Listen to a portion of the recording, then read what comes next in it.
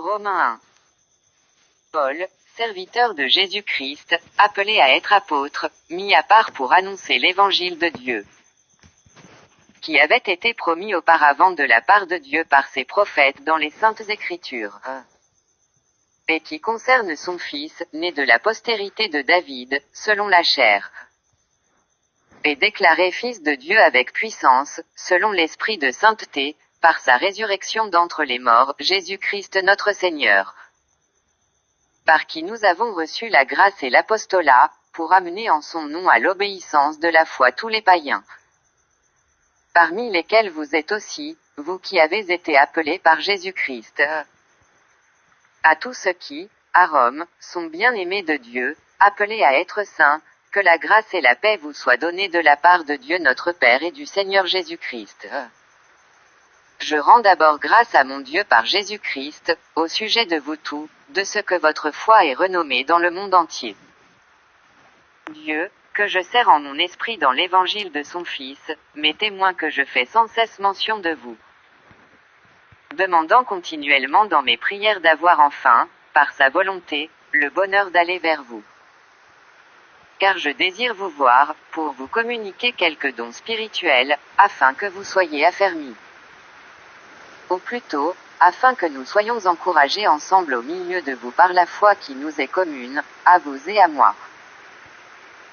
Je ne veux pas vous laisser ignorer, frères, que j'ai souvent formé le projet d'aller vous voir, afin de recueillir quelques fruits parmi vous, comme parmi les autres nations, mais j'en ai été empêché jusqu'ici. Je me dois aux Grecs et aux barbares, aux savants et aux ignorants. Ainsi j'ai un vif désir de vous annoncer aussi l'Évangile, à vous qui êtes à Rome. Car je n'ai point honte de l'Évangile, c'est une puissance de Dieu pour le salut de quiconque croit, du juif premièrement, puis du grec. Parce qu'en lui est révélée la justice de Dieu par la foi et pour la foi, selon qu'il est écrit, le juste vivra par la foi. La colère de Dieu se révèle du ciel contre toute impiété et toute injustice des hommes qui retiennent injustement la vérité captive. Car ce qu'on peut connaître de Dieu est manifeste pour eux, Dieu le leur ayant fait connaître.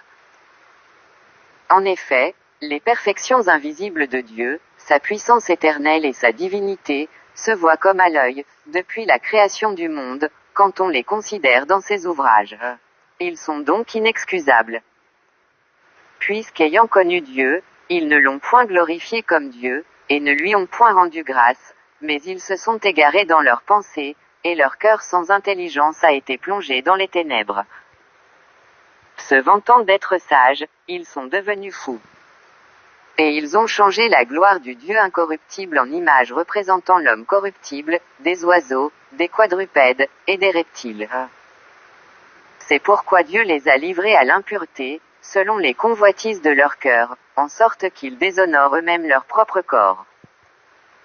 Eux qui ont changé la vérité de Dieu en mensonge, et qui ont adoré et servi la créature au lieu du Créateur, qui est béni éternellement. Amen. C'est pourquoi Dieu les a livrés à des passions infâmes, car leurs femmes ont changé l'usage naturel en celui qui est contre nature. Et de même les hommes, abandonnant l'usage naturel de la femme, se sont enflammés dans leurs désirs les uns pour les autres, commettant homme avec homme des choses infâmes, et recevant en eux-mêmes le salaire que méritait leur égarement. Comme ils ne se sont pas souciés de connaître Dieu, Dieu les a livrés à leur sang réprouvé, pour commettre des choses indignes. Étant remplis de toute espèce d'injustice, de méchanceté, de cupidité, de malice, pleins d'envie, de meurtre, de querelles, de ruse, de malignité.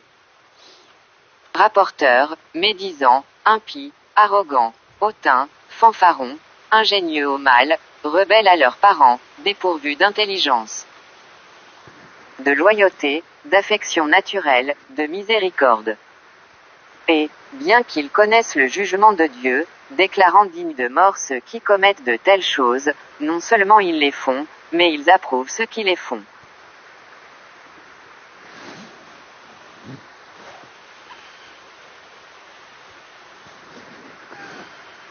Romains 2. Ô homme, qui que tu sois, toi qui juges, tu es donc inexcusable, car, en jugeant les autres, tu te condamnes toi-même, puisque toi qui juges, tu fais les mêmes choses. Nous savons, en effet, que le jugement de Dieu contre ceux qui commettent de telles choses est selon la vérité. Et penses-tu, ô homme, qui juge ceux qui commettent de telles choses, et qui les fait, que tu échapperas au jugement de Dieu? Ou méprises-tu les richesses de sa bonté, de sa patience et de sa longanimité, ne reconnaissant pas que la bonté de Dieu te pousse à la repentance? Mais, par ton endurcissement et par ton cœur impénitent, tu t'amasses un trésor de colère pour le jour de la colère et de la manifestation du juste jugement de Dieu, qui rendra à chacun selon ses œuvres, réservant la vie éternelle à ceux qui, par la persévérance à bien faire, cherchent l'honneur, la gloire et l'immortalité. Mais l'irritation et la colère à ceux qui, par esprit de dispute, sont rebelles à la vérité et obéissent à l'injustice. Tribulation et angoisse sur toute âme d'homme qui fait le mal, sur le juif premièrement, puis sur le grec. Gloire, honneur et paix pour quiconque fait le bien, pour le juif premièrement, puis pour le grec. Car devant Dieu il n'y a point d'acception de personne. Tous ceux qui ont péché sans la loi périront aussi sans la loi, et tous ceux qui ont péché avec la loi seront jugés par la loi. Ce ne sont pas, en effet, ceux qui écoutent la loi qui sont justes devant Dieu, mais ce sont ceux qui la mettent en pratique qui seront justifiés. Quand les païens, qui n'ont point la loi, font naturellement ce que prescrit la loi, ils sont, eux qui n'ont point la loi, une loi pour eux-mêmes. Ils montrent que l'œuvre de la loi est écrite dans leur cœur, leur conscience en rendant témoignage, et leurs pensées s'accusant ou se défendant tour à tour. C'est ce qui paraîtra au jour où, selon mon évangile, Dieu jugera par Jésus-Christ les actions secrètes des hommes. Toi qui te donnes le nom de juif, qui te repose sur la loi, qui te glorifie de Dieu, qui connaît sa volonté, qui apprécie la différence des choses, étant instruit par la loi. Toi qui te flattes d'être le conducteur des aveugles, la lumière de ceux qui sont dans les ténèbres, le docteur des insensés, le maître des ignorants, parce que tu as dans la loi la règle de la science et de la vérité. Toi donc, qui enseignes les autres, tu ne t'enseignes pas toi-même. Toi qui prêches de ne pas dérober, tu dérobes. Toi qui dis de ne pas commettre d'adultère, tu commets l'adultère. Toi qui as en abomination les idoles, tu commets des sacrilèges. Toi qui te fais une gloire de la loi, tu déshonores Dieu par la transgression de la loi. Car le nom de Dieu est à cause de vous blasphémer parmi les païens, comme cela est écrit. La circoncision est utile, si tu mets en pratique la loi, mais si tu transgresses la loi, ta circoncision devient incirconcision. Si donc l'incirconcis observe les ordonnances de la loi, son incirconcision ne sera-t-elle pas tenue pour circoncision? L'incirconcis de nature, qui accomplit la loi, ne te condamnera-t-il pas, toi qui la transgresses, tout en ayant la lettre de la loi et la circoncision? Le juif, ce n'est pas celui qui en a les dehors, et la circoncision, ce n'est pas celle qui est visible dans la chair. Mais le juif, c'est celui qui l'est intérieurement, et la circoncision, c'est celle du cœur, selon l'esprit et non selon la lettre. La louange de ce juif ne vient pas des hommes, mais de Dieu.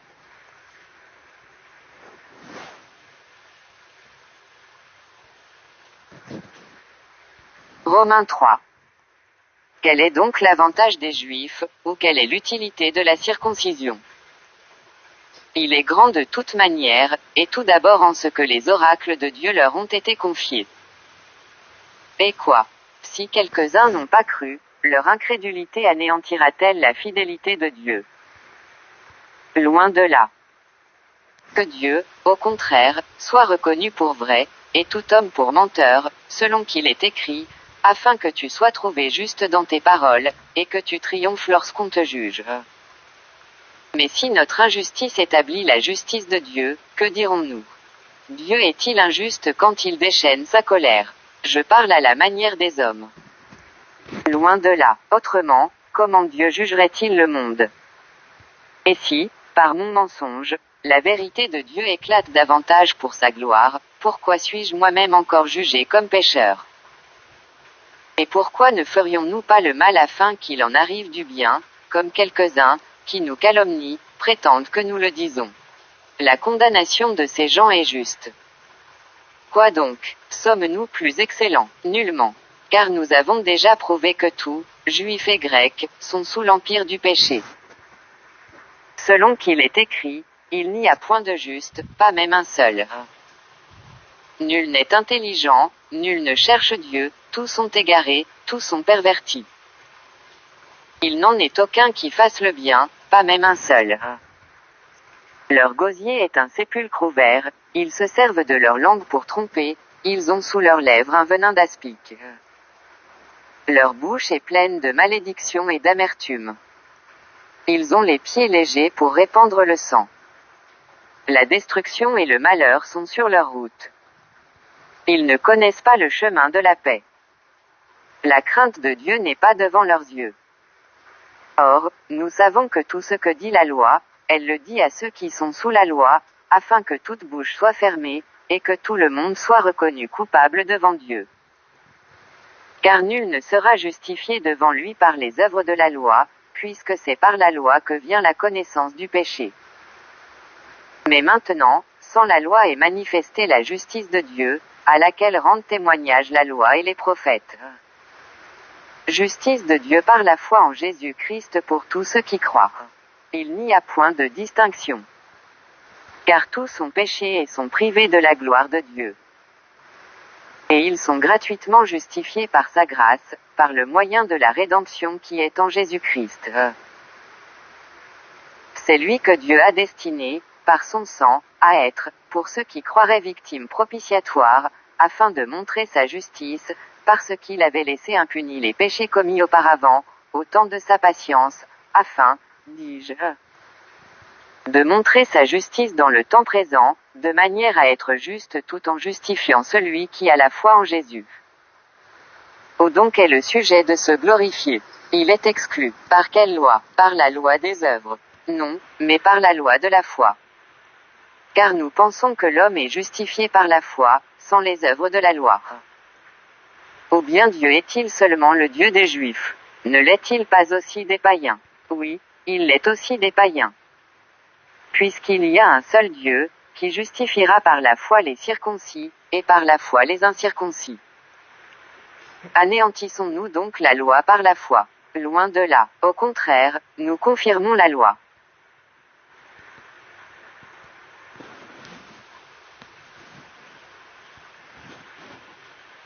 Romains 4. Que dirons-nous donc qu'Abraham, notre père, a obtenu selon la chair?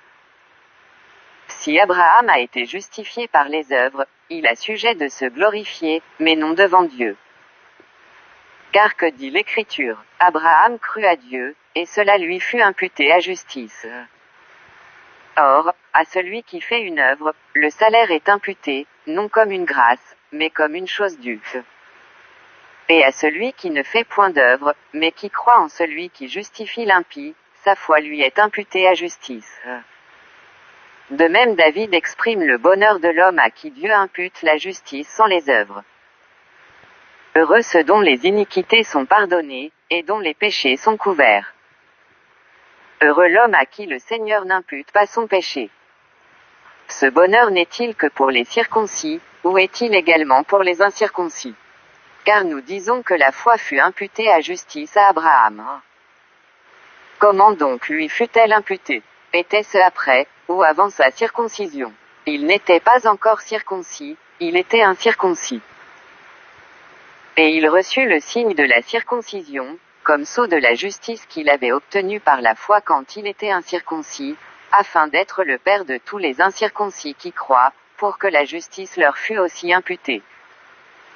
Et le père des circoncis, qui ne sont pas seulement circoncis, mais encore qui marchent sur les traces de la foi de notre père Abraham quand il était incirconcis. En effet, ce n'est pas par la loi que l'héritage du monde a été promis à Abraham ou à sa postérité, c'est par la justice de la foi. Car, si les héritiers le sont par la loi, la foi est vaine, et la promesse est anéantie. Parce que la loi produit la colère, et que là où il n'y a point de loi il n'y a point non plus de transgression. C'est pourquoi les héritiers le sont par la foi, pour que ce soit par grâce, afin que la promesse soit assurée à toute la postérité, non seulement à celle qui est sous la loi, mais aussi à celle qui a la foi d'Abraham, notre Père à tous, selon qu'il est écrit. Je t'ai établi Père d'un grand nombre de nations. Il est notre Père devant celui auquel il a cru, Dieu, qui donne la vie aux morts, et qui appelle les choses qui ne sont point comme si elles étaient. Espérant contre toute espérance, il crut, en sorte qu'il devint Père d'un grand nombre de nations, selon ce qui lui avait été dit, telle sera ta postérité. Et, sans faiblir dans la foi, il ne considéra point que son corps était déjà usé, puisqu'il avait près de 100 ans, et que Sarah n'était plus en état d'avoir des enfants. Il ne douta point, par incrédulité, au sujet de la promesse de Dieu, mais il fut fortifié par la foi, donnant gloire à Dieu. Et ayant la pleine conviction que ce qu'il promet il peut aussi l'accomplir. C'est pourquoi cela lui fut imputé à justice. Mais ce n'est pas à cause de lui seul qu'il est écrit que cela lui fut imputé. C'est encore à cause de nous, à qui cela sera imputé, à nous qui croyons en celui qui a ressuscité des morts Jésus notre Seigneur, lequel a été livré pour nos offenses, et est ressuscité pour notre justification.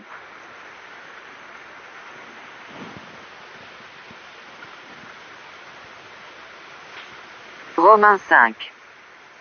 Étant donc justifiés par la foi, nous avons la paix avec Dieu par notre Seigneur Jésus-Christ, à qui nous devons d'avoir eu par la foi accès à cette grâce, dans laquelle nous demeurons fermes, et nous nous glorifions dans l'espérance de la gloire de Dieu. Bien plus, nous nous glorifions même des afflictions, sachant que l'affliction produit la persévérance. La persévérance la victoire dans l'épreuve, et cette victoire l'espérance. Or, l'espérance ne trompe point, parce que l'amour de Dieu est répandu dans nos cœurs par le Saint-Esprit qui nous a été donné. Car, lorsque nous étions encore sans force, Christ, au temps marqué, est mort pour des impies. À peine mourrait-on pour un juste, quelqu'un peut-être mourrait-il pour un homme de bien. Mais Dieu prouve son amour envers nous, en ce que, lorsque nous étions encore des pécheurs, Christ est mort pour nous. À plus forte raison donc, maintenant que nous sommes justifiés par son sang, serons-nous sauvés par lui de la colère. Car si, lorsque nous étions ennemis, nous avons été réconciliés avec Dieu par la mort de son Fils, à plus forte raison, étant réconciliés, serons-nous sauvés par sa vie.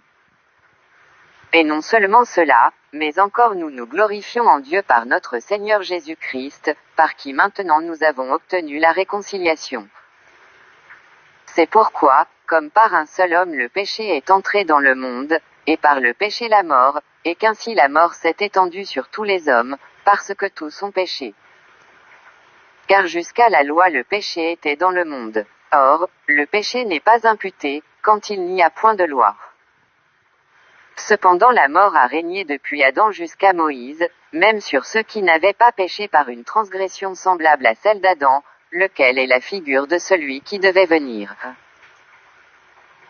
Mais il n'en est pas du don gratuit comme de l'offense, car, si par l'offense d'un seul il en est beaucoup qui sont morts, à plus forte raison la grâce de Dieu et le don de la grâce venant d'un seul homme, Jésus-Christ, ont-ils été abondamment répandus sur beaucoup. Et il n'en est pas du don comme de ce qui est arrivé par un seul qui a péché, car c'est après une seule offense que le jugement est devenu condamnation, tandis que le don gratuit devient justification après plusieurs offenses. Si par l'offense d'un seul la mort a régné par lui seul, à plus forte raison ceux qui reçoivent l'abondance de la grâce et du don de la justice régneront-ils dans la vie par Jésus-Christ lui seul. Ainsi donc, comme par une seule offense la condamnation a atteint tous les hommes, de même par un seul acte de justice la justification qui donne la vie s'étend à tous les hommes. Car, comme par la désobéissance d'un seul homme beaucoup ont été rendus pécheurs, de même par l'obéissance d'un seul beaucoup seront rendus justes. Or, la loi est intervenue pour que l'offense abondât, mais là où le péché a abondé, la grâce a surabondé. Afin que, comme le péché a régné par la mort, ainsi la grâce régna par la justice pour la vie éternelle, par Jésus-Christ notre Seigneur.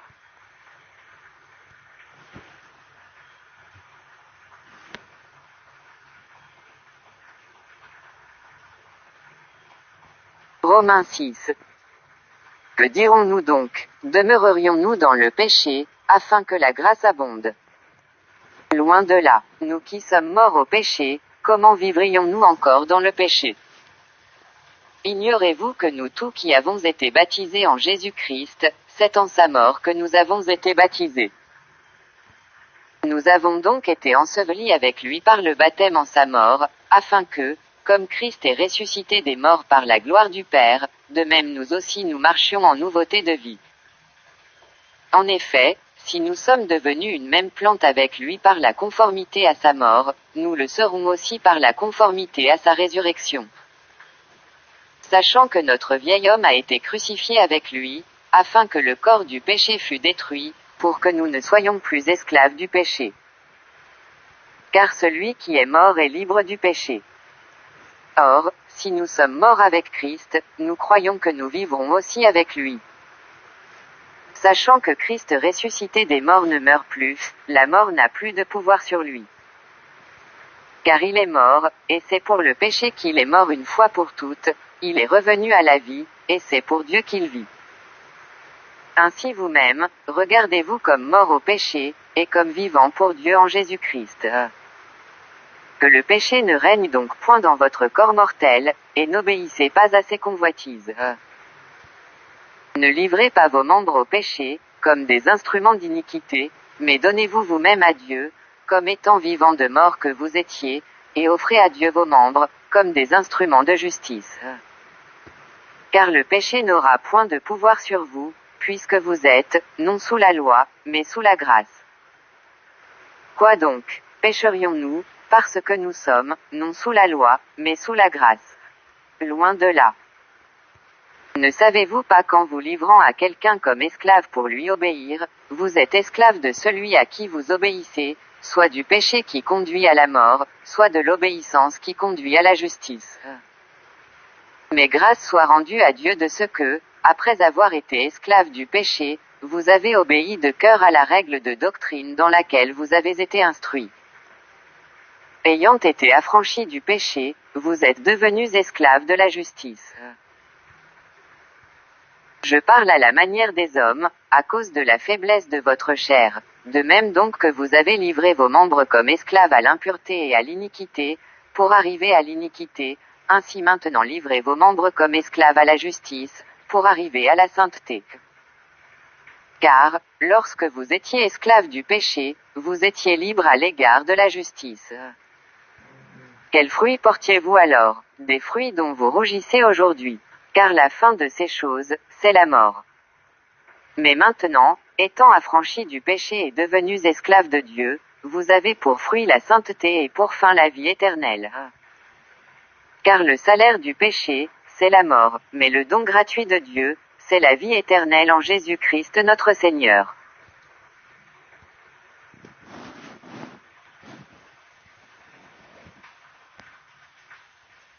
Romains 7. Ignorez-vous, frères, car je parle à des gens qui connaissent la loi, que la loi exerce son pouvoir sur l'homme aussi longtemps qu'il vit. Ainsi, une femme mariée est liée par la loi à son mari tant qu'il est vivant, mais si le mari meurt, elle est dégagée de la loi qui l'a liée à son mari. Si donc, du vivant de son mari, elle devient la femme d'un autre homme, elle sera appelée adultère, mais si le mari meurt, elle est affranchie de la loi, de sorte qu'elle n'est point adultère en devenant la femme d'un autre. De même, mes frères, vous aussi vous avez été, par le corps de Christ, mis à mort en ce qui concerne la loi, pour que vous apparteniez à un autre, à celui qui est ressuscité des morts, afin que nous portions des fruits pour Dieu. Car, lorsque nous étions dans la chair, les passions des péchés provoqués par la loi agissaient dans nos membres, de sorte que nous portions des fruits pour la mort. Mais maintenant, nous avons été dégagés de la loi, étant morts à cette loi sous laquelle nous étions retenus, de sorte que nous servons dans un esprit nouveau, et non selon la lettre qui a vieilli. Que dirons-nous donc? La loi est-elle péché? Loin de là, mais je n'ai connu le péché que par la loi. Car je n'aurais pas connu la convoitise, si la loi n'eût dit, tu ne convoiteras point. Et le péché, saisissant l'occasion, produisit en moi par le commandement toutes sortes de convoitises, car sans loi le péché est mort. Pour moi, étant autrefois sans loi, je vivais, mais quand le commandement vint, le péché reprit vie, et moi je mourus. Ainsi, le commandement qui conduit à la vie se trouva pour moi conduire à la mort. Car le péché saisissant l'occasion, me séduisit par le commandement, et par lui me fit mourir. La loi donc est sainte, et le commandement est saint, juste et bon. Ce qui est bon a-t-il donc été pour moi une cause de mort? Loin de là. Mais c'est le péché, afin qu'il se manifestât comme péché en me donnant la mort par ce qui est bon, et que, par le commandement, il devint condamnable au plus haut point. Nous savons, en effet, que la loi est spirituelle, mais moi, je suis charnel, vendu au péché. Car je ne sais pas ce que je fais, je ne fais point ce que je veux, et je fais ce que je hais. Or, si je fais ce que je ne veux pas, je reconnais par là que la loi est bonne. Et maintenant ce n'est plus moi qui le fais, mais c'est le péché qui habite en moi. Ce qui est bon, je le sais, n'habite pas en moi, c'est-à-dire dans ma chair, j'ai la volonté, mais non le pouvoir de faire le bien. Car je ne fais pas le bien que je veux, et je fais le mal que je ne veux pas. Et si je fais ce que je ne veux pas, ce n'est plus moi qui le fais, c'est le péché qui habite en moi. Je trouve donc en moi cette loi, quand je veux faire le bien, le mal est attaché à moi. Car je prends plaisir à la loi de Dieu, selon l'homme intérieur. Mais je vois dans mes membres une autre loi, qui lutte contre la loi de mon entendement, et qui me rend captif de la loi du péché, qui est dans mes membres. Misérable que je suis, qui me délivrera du corps de cette mort. Grâce soit rendue à Dieu par Jésus-Christ notre Seigneur. Ainsi donc, moi-même, je suis par l'entendement esclave de la loi de Dieu, et je suis par la chair esclave de la loi du péché.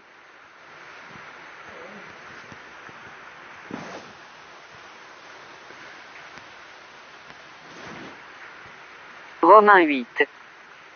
Il n'y a donc maintenant aucune condamnation pour ceux qui sont en Jésus-Christ. En effet, la loi de l'esprit de vie en Jésus-Christ m'a affranchi de la loi du péché et de la mort. Car chose impossible à la loi, parce que la chair la rendait sans force, Dieu a condamné le péché dans la chair, en envoyant, à cause du péché, son propre Fils dans une chair semblable à celle du péché. Et cela afin que la justice de la loi fût accomplie en nous, qui marchons, non selon la chair, mais selon l'esprit. Ceux, en effet, qui vivent selon la chair, s'affectionnent aux choses de la chair, tandis que ceux qui vivent selon l'esprit s'affectionnent aux choses de l'esprit. Et l'affection de la chair, c'est la mort, tandis que l'affection de l'esprit, c'est la vie et la paix. Car l'affection de la chair est inimitié contre Dieu, parce qu'elle ne se soumet pas à la loi de Dieu, et qu'elle ne le peut même pas. Or ceux qui vivent selon la chair ne sauraient plaire à Dieu. Pour vous, vous ne vivez pas selon la chair, mais selon l'esprit, si du moins l'esprit de Dieu habite en vous. Si quelqu'un n'a pas l'esprit de Christ, il ne lui appartient pas. Et si Christ est en vous, le corps, il est vrai, est mort à cause du péché, mais l'esprit est vie à cause de la justice. Et si l'esprit de celui qui a ressuscité Jésus d'entre les morts habite en vous, celui qui a ressuscité Christ d'entre les morts rendra aussi la vie à vos corps mortels par son esprit qui habite en vous. Ainsi donc, frères, nous ne sommes point redevables à la chair, pour vivre selon la chair. Si vous vivez selon la chair, vous mourrez, mais si par l'esprit vous faites mourir les actions du corps, vous vivrez. Car tous ceux qui sont conduits par l'Esprit de Dieu sont fils de Dieu. Et vous n'avez point reçu un esprit de servitude, pour être encore dans la crainte, mais vous avez reçu un esprit d'adoption, par lequel nous crions, Abba, Père. L'Esprit lui-même rend témoignage à notre esprit que nous sommes enfants de Dieu. Or, si nous sommes enfants, nous sommes aussi héritiers, héritiers de Dieu, et co-héritiers de Christ, si toutefois nous souffrons avec lui, afin d'être glorifiés avec lui. J'estime que les souffrances du temps présent ne sauraient être comparées à la gloire à venir qui sera révélée pour nous. Aussi la création attend-elle avec un ardent désir la révélation des fils de Dieu.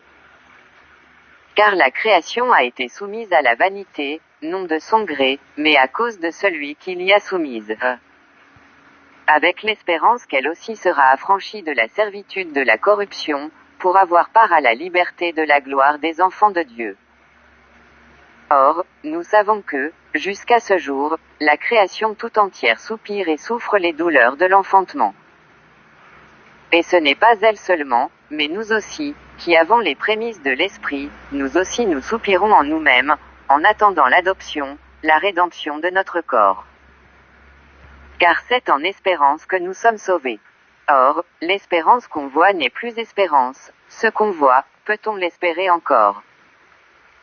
Mais si nous espérons ce que nous ne voyons pas, nous l'attendons avec persévérance. De même aussi l'Esprit nous aide dans notre faiblesse, car nous ne savons pas ce qu'il nous convient de demander dans nos prières. Mais l'Esprit lui-même intercède par des soupirs inexprimables. Et celui qui sonde les cœurs connaît quelle est la pensée de l'Esprit, parce que c'est selon Dieu qu'il intercède en faveur des saints. Nous savons, du reste, que toute chose concourt au bien de ceux qui aiment Dieu, de ceux qui sont appelés selon son dessein.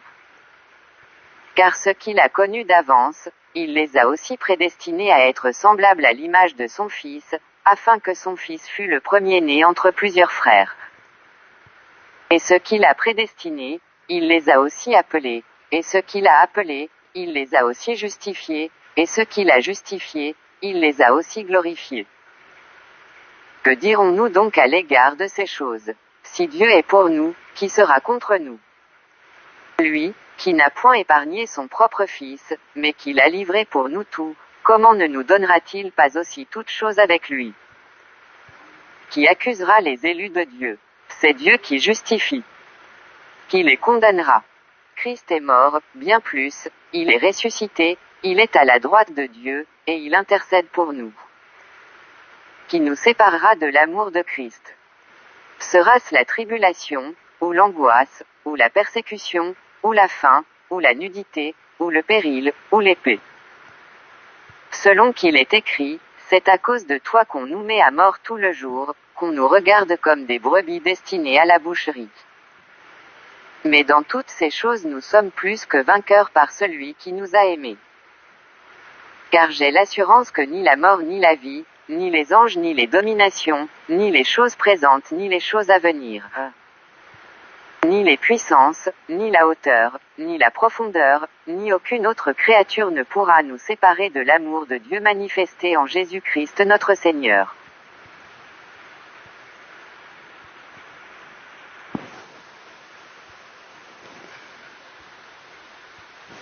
Romains 9. Je dis la vérité en Christ, je ne mens point, ma conscience m'en rend témoignage par le Saint-Esprit. J'éprouve une grande tristesse, et j'ai dans le cœur un chagrin continuel. Car je voudrais moi-même être anathème et séparé de Christ pour mes frères, mes parents selon la chair, qui sont israélites, à qui appartiennent l'adoption, et la gloire, et les alliances, et la loi, et le culte, et les promesses, et les patriarches, et de qui est issu, selon la chair, le Christ, qui est au-dessus de toutes choses, Dieu béni éternellement. Amen. Ce n'est point à dire que la parole de Dieu soit restée sans effet. Car tous ceux qui descendent d'Israël ne sont pas Israël. Et, pour être la postérité d'Abraham, ils ne sont pas tous ses enfants, mais il est dit, en Isaac sera nommé pour toi une postérité. C'est-à-dire que ce ne sont pas les enfants de la chair qui sont enfants de Dieu, mais que ce sont les enfants de la promesse qui sont regardés comme la postérité. Voici, en effet, la parole de la promesse, je reviendrai à cette même époque, et Sarah aura un fils. Et, de plus, il en fut ainsi de Rebecca, qui conçut du seul Isaac notre Père. Car, quoique les enfants ne fussent pas encore nés et ils n'eussent fait ni bien ni mal, afin que le dessein d'élection de Dieu subsistât, sans dépendre des œuvres, et par la seule volonté de celui qui appelle. Il fut dit à Rebecca, l'aîné sera assujetti au plus jeune, selon qu'il est écrit. J'ai aimé Jacob et j'ai haï Ésaü. Que dirons-nous donc? Y a-t-il en Dieu de l'injustice? Loin de là. Car il dit à Moïse, je ferai miséricorde à qui je fais miséricorde, et j'aurai compassion de qui j'ai compassion. Ainsi donc, cela ne dépend ni de celui qui veut, ni de celui qui court, mais de Dieu qui fait miséricorde. Car l'Écriture dit à Pharaon, je t'ai suscité à dessein pour montrer en toi ma puissance, et afin que mon nom soit publié par toute la terre. Ainsi, il fait miséricorde à qui il veut, et il endurcit qui il veut. Tu me diras, pourquoi blâme-t-il encore? Car qui est-ce qui résiste à sa volonté? Ô homme, toi plutôt, qui es-tu pour contester avec Dieu? Le vase d'argile dira-t-il à celui qui l'a formé, pourquoi m'as-tu fait ainsi? Le potier n'est-il pas maître de l'argile, pour faire avec la même masse un vase d'honneur et un vase d'un usage vil? Et que dire, si Dieu, voulant montrer sa colère et faire connaître sa puissance, a supporté avec une grande patience des vases de colère formés pour la perdition? Et s'il a voulu faire connaître la richesse de sa gloire envers des vases de miséricorde qu'il a d'avance préparés pour la gloire. Ainsi nous a-t-il appelés, non seulement d'entre les Juifs, mais encore d'entre les païens. Selon qu'il le dit dans Osée, j'appellerai mon peuple celui qui n'était pas mon peuple, et bien-aimé celle qui n'était pas la bien-aimée. Et là où on leur disait, vous n'êtes pas mon peuple, ils seront appelés fils du Dieu vivant. Ésaïe, de son côté, s'écrie au sujet d'Israël, quand le nombre des fils d'Israël serait comme le sable de la mer, un reste seulement sera sauvé. Car le Seigneur exécutera pleinement et promptement sur la terre ce qu'il a résolu. Et, comme Ésaïe l'avait dit auparavant, si le Seigneur des armées ne nous eût laissé une postérité, nous serions devenus comme Sodome, nous aurions été semblables à Gomorrhe. Que dirons-nous donc? Les païens, qui ne cherchaient pas la justice, ont obtenu la justice qui vient de la foi. Tandis qu'Israël, qui cherchait une loi de justice, n'est pas parvenu à cette loi. Pourquoi? Parce qu'Israël l'a cherché, non par la foi, mais comme provenant des œuvres. Ils se sont heurtés contre la pierre d'achoppement. Selon qu'il est écrit, voici, je mets en Sion une pierre d'achoppement et un rocher de scandale, et celui qui croit en lui ne sera point confus.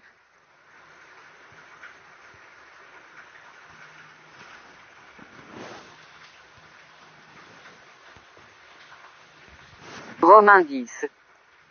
Frères, le vœu de mon cœur et ma prière à Dieu pour eux, c'est qu'ils soient sauvés. Je leur rends le témoignage qu'ils ont du zèle pour Dieu, mais sans intelligence. Ne connaissant pas la justice de Dieu, et cherchant à établir leur propre justice, ils ne se sont pas soumis à la justice de Dieu. Car Christ est la fin de la loi, pour la justification de tous ceux qui croient. En effet, Moïse définit ainsi la justice qui vient de la loi, l'homme qui mettra ces choses en pratique vivra par elles. Mais voici comment parle la justice qui vient de la foi, ne dis pas en ton cœur, qui montera au ciel. C'est en faire descendre Christ. Oh, qui descendra dans l'abîme. C'est faire remonter Christ d'entre les morts. Que dit-elle donc? La parole est près de toi, dans ta bouche et dans ton cœur. Or, c'est la parole de la foi, que nous prêchons. Si tu confesses de ta bouche le Seigneur Jésus, et si tu crois dans ton cœur que Dieu l'a ressuscité des morts, tu seras sauvé. Car c'est en croyant du cœur qu'on parvient à la justice, et c'est en confessant de la bouche qu'on parvient au salut, selon ce que dit l'Écriture. Quiconque croit en lui ne sera point confus. Il n'y a aucune différence, en effet, entre le juif et le grec, puisqu'ils ont tous un même Seigneur, qui est riche pour tous ceux qui l'invoquent. Car quiconque invoquera le nom du Seigneur sera sauvé. Comment donc invoqueront-ils celui en qui ils n'ont pas cru? Et comment croiront-ils en celui dont ils n'ont pas entendu parler? Et comment en entendront-ils parler, s'il n'y a personne qui prêche? Et comment y aura-t-il des prédicateurs, s'ils ne sont pas envoyés? Selon qu'il est écrit, qu'ils sont beaux les pieds de ceux qui annoncent la paix, de ceux qui annoncent de bonnes nouvelles. Mais tous n'ont pas obéi à la bonne nouvelle. Aussi Ésaïe dit-il, Seigneur, qui a cru à notre prédication? Ainsi la foi vient de ce qu'on entend, et ce qu'on entend vient de la parole de Christ. Mais je dis, n'ont-ils pas entendu? Au contraire, leur voix est allée par toute la terre, et leur parole jusqu'aux extrémités du monde. Mais je dis, Israël ne l'a-t-il pas su? Moïse le premier dit, j'exciterai votre jalousie par ce qui n'est point une nation, je provoquerai votre colère par une nation sans intelligence. Et Ésaïe pousse la hardiesse jusqu'à dire, j'ai été trouvé par ceux qui ne me cherchaient pas, je me suis manifesté à ceux qui ne me demandaient pas. Mais au sujet d'Israël, il dit, j'ai tendu mes mains tout le jour vers un peuple rebelle et contredisant.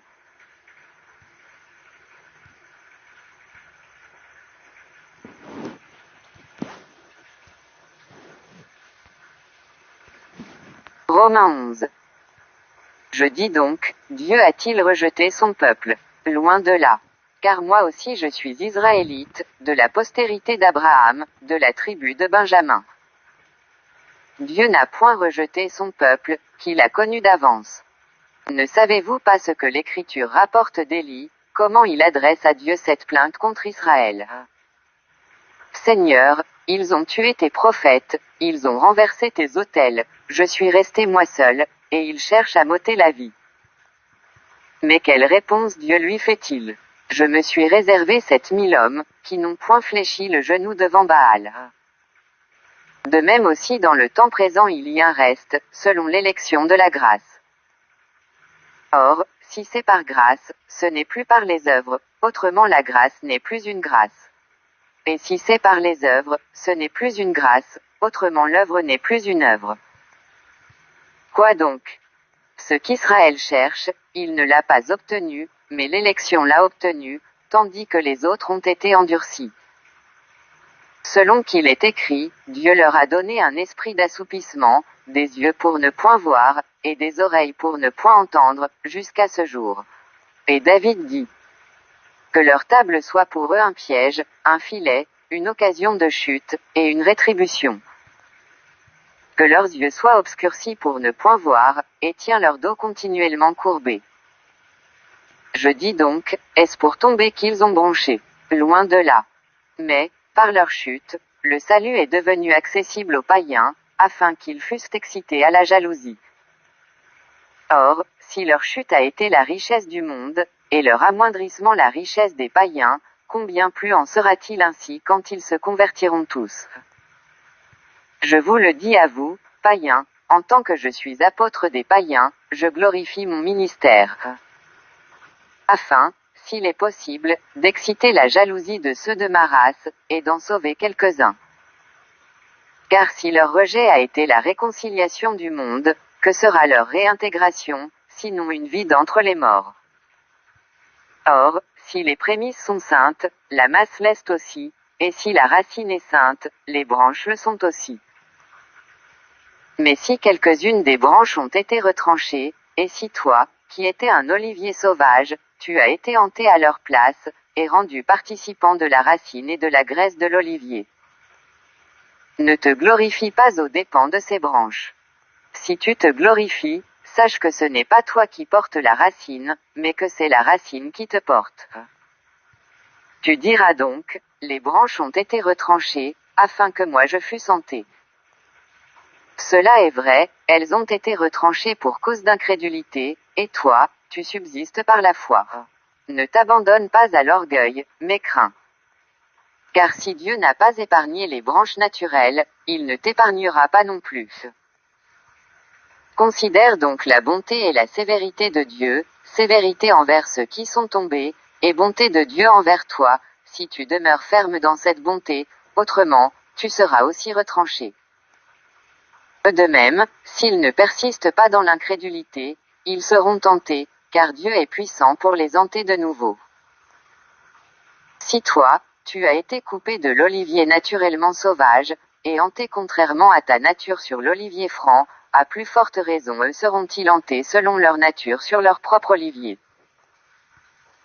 Car je ne veux pas, frères, que vous ignoriez ce mystère, afin que vous ne vous regardiez point comme sages, c'est qu'une partie d'Israël est tombée dans l'endurcissement, jusqu'à ce que la totalité des païens soit entrée. Et ainsi tout Israël sera sauvé, selon qu'il est écrit, le libérateur viendra de Sion, et il détournera de Jacob les impiétés. Et ce sera mon alliance avec eux, lorsque j'ôterai leurs péchés. En ce qui concerne l'Évangile, ils sont ennemis à cause de vous, mais en ce qui concerne l'élection, ils sont aimés à cause de leur Père. Car Dieu ne se repent pas de ses dons et de son appel. De même que vous avez autrefois désobéi à Dieu et que par leur désobéissance vous avez maintenant obtenu miséricorde. De même ils ont maintenant désobéi, afin que, par la miséricorde qui vous a été faite, ils obtiennent aussi miséricorde. Car Dieu a renfermé tous les hommes dans la désobéissance, pour faire miséricorde à tous. Aux profondeurs de la richesse, de la sagesse et de la science de Dieu. Que ses jugements sont insondables, et ses voies incompréhensibles. Car, qui a connu la pensée du Seigneur, ou qui a été son conseiller? Qui lui a donné le premier, pour qu'il ait à recevoir en retour. C'est de lui, par lui, et pour lui que sont toutes choses. À lui la gloire dans tous les siècles. Amen.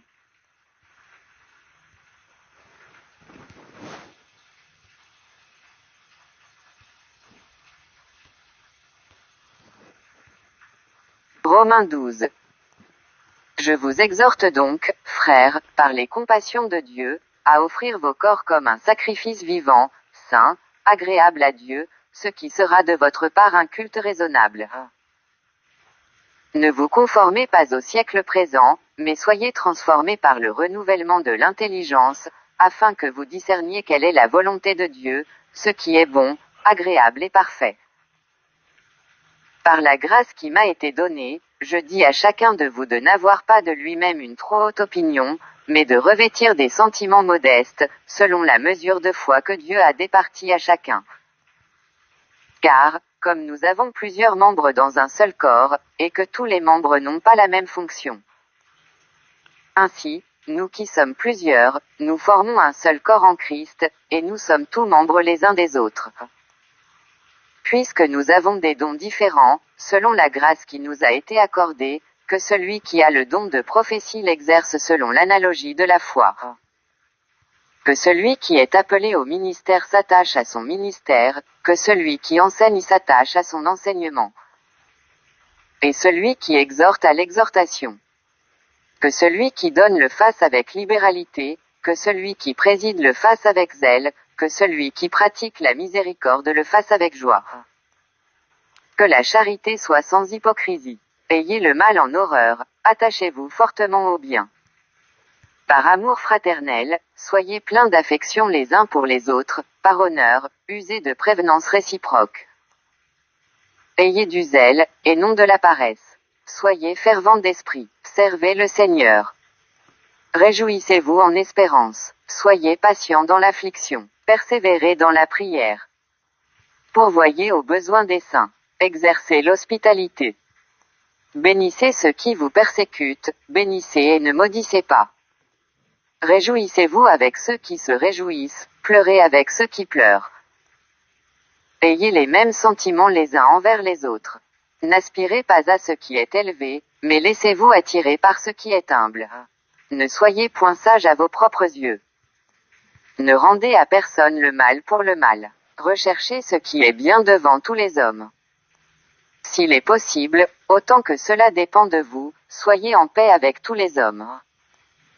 Ne vous vengez point vous-même, bien-aimés, mais laissez agir la colère, car il est écrit, « À moi la vengeance, à moi la rétribution, dit le Seigneur. » Mais si ton ennemi a faim, donne-lui à manger, s'il a soif, donne-lui à boire, car en agissant ainsi, ce sont des charbons ardents que tu amasseras sur sa tête. Ne te laisse pas vaincre par le mal, mais surmonte le mal par le bien.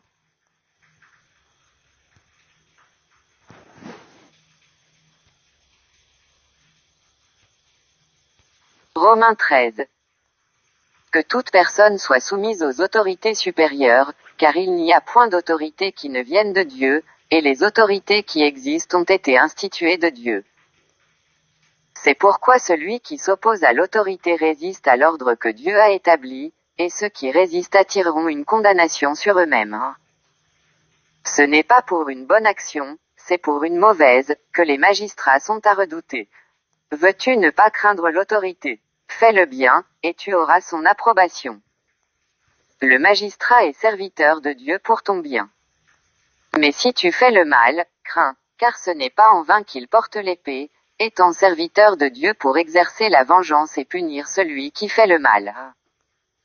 Il est donc nécessaire d'être soumis, non seulement par crainte de la punition, mais encore par motif de conscience.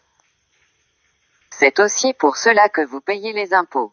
Car les magistrats sont des ministres de Dieu entièrement appliqués à cette fonction. Rendez à tout ce qui leur est dû, l'impôt à qui vous devez l'impôt, le tribut à qui vous devez le tribut, la crainte à qui vous devez la crainte, l'honneur à qui vous devez l'honneur. Ne devez rien à personne, si ce n'est de vous aimer les uns les autres, car celui qui aime les autres a accompli la loi.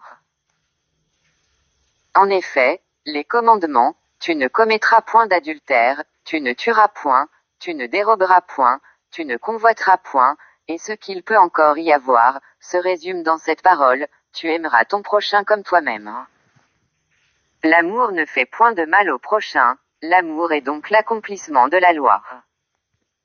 Cela importe d'autant plus que vous savez en quel temps nous sommes, c'est l'heure de vous réveiller enfin du sommeil, car maintenant le salut est plus près de nous que lorsque nous avons cru. La nuit est avancée, le jour approche.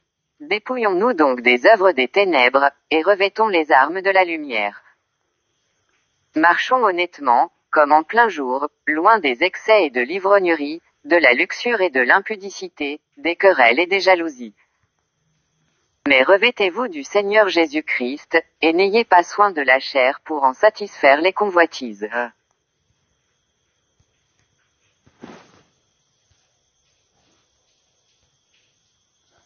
Romains 14. Faites accueil à celui qui est faible dans la foi, et ne discutez pas sur les opinions. Tel croit pouvoir manger de tout, tel autre, qui est faible, ne mange que des légumes. Que celui qui mange ne méprise point celui qui ne mange pas, et que celui qui ne mange pas ne juge point celui qui mange, car Dieu l'a accueilli. Qui es-tu, toi qui juges un serviteur d'autrui? S'il se tient debout, ou s'il tombe, cela regarde son maître. Mais il se tiendra debout, car le Seigneur a le pouvoir de l'affermir. Tel fait une distinction entre les jours, tel autre les estime tous égaux.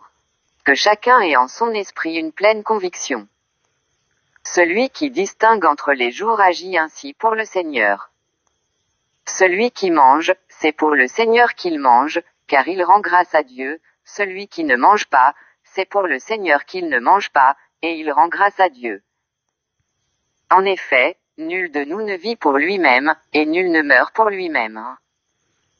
Car si nous vivons pour le Seigneur, et si nous mourrons pour le Seigneur. Soit donc que nous vivions, soit que nous mourions, nous sommes au Seigneur. Car Christ est mort et il a vécu, afin de dominer sur les morts et sur les vivants. Mais toi, pourquoi juges-tu ton frère? Ô toi, pourquoi méprises-tu ton frère? Puisque nous comparaîtrons tout devant le tribunal de Dieu. Car il est écrit, je suis vivant, dit le Seigneur, tout genou fléchira devant moi, et toute langue donnera gloire à Dieu. Ainsi chacun de nous rendra compte à Dieu pour lui-même. Ne nous jugeons donc plus les uns les autres, mais pensez plutôt à ne rien faire qui soit pour votre frère une pierre d'achoppement ou une occasion de chute. Je sais et je suis persuadé par le Seigneur Jésus que rien n'est impur en soi, et qu'une chose n'est impure que pour celui qui la croit impure. Mais si, pour un aliment, ton frère est attristé, tu ne marches plus selon l'amour, ne cause pas, par ton aliment, la perte de celui pour lequel Christ est mort. Que votre privilège ne soit pas un sujet de calomnie. Car le royaume de Dieu, ce n'est pas le manger et le boire, mais la justice, la paix et la joie, par le Saint-Esprit. Celui qui sert Christ de cette manière est agréable à Dieu et approuvé des hommes. Ainsi donc, recherchons ce qui contribue à la paix et à l'édification mutuelle. Pour un aliment, ne détruis pas l'œuvre de Dieu. À la vérité toutes choses sont pures, mais il est mal à l'homme, quand il mange, de devenir une pierre d'achoppement. Il est bien de ne pas manger de viande, de ne pas boire de vin, et de s'abstenir de ce qui peut être pour ton frère une occasion de chute, de scandale ou de faiblesse. Cette foi que tu as, garde-la pour toi devant Dieu. Heureux celui qui ne se condamne pas lui-même dans ce qu'il approuve.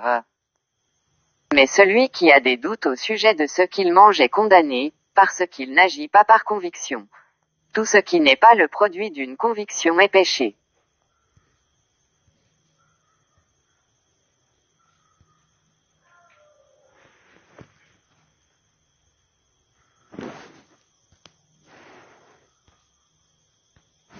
Romains 15. Nous qui sommes forts, nous devons supporter les faiblesses de ceux qui ne le sont pas, et ne pas nous complaire en nous-mêmes. Que chacun de nous complaise au prochain pour ce qui est bien en vue de l'édification. Car Christ ne s'est point complu en lui-même, mais, selon qu'il est écrit, les outrages de ceux qui t'insultent sont tombés sur moi. Or, tout ce qui a été écrit d'avance l'a été pour notre instruction, afin que, par la patience, et par la consolation que donnent les Écritures, nous possédions l'espérance.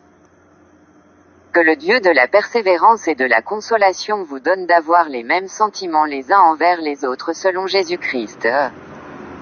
Afin que tous ensemble, d'une seule bouche, vous glorifiez le Dieu et Père de notre Seigneur Jésus-Christ. Accueillez-vous donc les uns les autres, comme Christ vous a accueillis, pour la gloire de Dieu. Je dis, en effet, que Christ a été serviteur des circoncis, pour prouver la véracité de Dieu en confirmant les promesses faites au Père. Tandis que les païens glorifient Dieu à cause de sa miséricorde, selon qu'il est écrit, c'est pourquoi je te louerai parmi les nations, et je chanterai à la gloire de ton nom. Il est dit encore. Nations, réjouissez-vous avec son peuple. Et encore, louez le Seigneur, vous toutes les nations, célébrez-le, vous tous les peuples. Ésaïe dit aussi, il sortira d'Isaïe un rejeton, qui se lèvera pour régner sur les nations espéreront en lui. Que le Dieu de l'espérance vous remplisse de toute joie et de toute paix dans la foi, pour que vous abondiez en espérance, par la puissance du Saint-Esprit. Pour ce qui vous concerne, mes frères, je suis moi-même persuadé que vous êtes pleins de bonnes dispositions, remplis de toute connaissance, et capables de vous exhorter les uns les autres. Cependant, à certains égards, je vous ai écrit avec une sorte de hardiesse, comme pour réveiller vos souvenirs, à cause de la grâce que Dieu m'a faite. D'être ministre de Jésus-Christ parmi les païens, m'acquittant du divin service de l'Évangile de Dieu, afin que les païens lui soient une offrande agréable, étant sanctifiés par l'Esprit Saint. J'ai donc sujet de me glorifier en Jésus-Christ, pour ce qui regarde les choses de Dieu. Car je n'oserais mentionner aucune chose que Christ n'ait pas faite par moi pour amener les païens à l'obéissance, par la parole et par les actes. Par la puissance des miracles et des prodiges, par la puissance de l'Esprit de Dieu, en sorte que, depuis Jérusalem et les pays voisins jusqu'en Illyrie, j'ai abondamment répandu l'évangile de Christ. Et je me suis fait honneur d'annoncer l'évangile là où Christ n'avait point été nommé, afin de ne pas bâtir sur le fondement d'autrui, selon qu'il est écrit. Ceux à qui il n'avait point été annoncé verront, et ceux qui n'en avaient point entendu parler comprendront. C'est ce qui m'a souvent empêché d'aller vers vous. Mais maintenant, n'ayant plus rien qui me retienne dans ces contrées, et ayant depuis plusieurs années le désir d'aller vers vous, j'espère vous voir en passant, quand je me rendrai en Espagne, et y être accompagné par vous, après que j'aurai satisfait en partie mon désir de me trouver chez vous. Présentement je vais à Jérusalem, pour le service des saints. Car la Macédoine et l'Achaïe ont bien voulu s'imposer une contribution en faveur des pauvres parmi les saints de Jérusalem. Elles l'ont bien voulu, et elles le leur devaient, car si les païens ont eu part à leurs avantages spirituels, ils doivent aussi les assister dans les choses temporelles. Dès que j'aurai terminé cette affaire et que je leur aurai remis ces dons, je partirai pour l'Espagne et passerai chez vous. Je sais qu'en allant vers vous, c'est avec une pleine bénédiction de Christ que j'irai. Je vous exhorte, frères, par notre Seigneur Jésus-Christ et par l'amour de l'Esprit, à combattre avec moi, en adressant à Dieu des prières en ma faveur. Afin que je sois délivré des incrédules de la Judée, et que les dons que je porte à Jérusalem soient agréés des saints. En sorte que j'arrive chez vous avec joie, si c'est la volonté de Dieu, et que je jouisse au milieu de vous de quelque repos. Que le Dieu de paix soit avec vous tous. Amen.